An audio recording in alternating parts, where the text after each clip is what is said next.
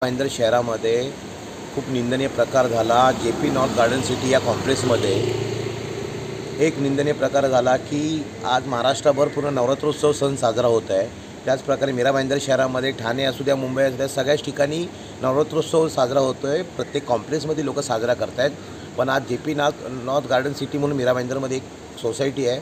त्या सोसायटीमध्ये आपला गरबा म्हणजे गरबा नवरात्रोत्सव चालू असताना गरब्यावरती काही 16व्या मजल्यावरून काही समाजकंटकांनी अंडे फेकली गेली। ही गोष्ट मला काही लोकांचे फोन आलेत, सोसायटीच्या काही लोकांचे फोन आलेत। काही लोकांनी मंत्री महोदय इथले स्थानिक आमदार प्रताप सरनाईक साहेबांना फोन केलेत की अशी घटना JP नॉर्थ गार्डन सिटीला घडले। साहेबांचा मला फोन आला सरनाईक साहेबांचा की असं तिकडे घटना घडले, तुम्ही लोक तिकडे पोचा, जावा, काय झाले ते मला सगळं परिस्थिती सांगा।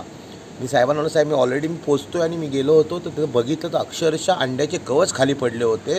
काही समाजकंटक आहेत तिथे, त्या लोकांनी त्या गरब्यावरती सरळ अंडे टोमॅटो फेकले होते। विशेष म्हणजे पोलीस तिथे होते, पोलीसच्या बंदोबस्तामध्ये त्यांनी ही डेअरिंग केली।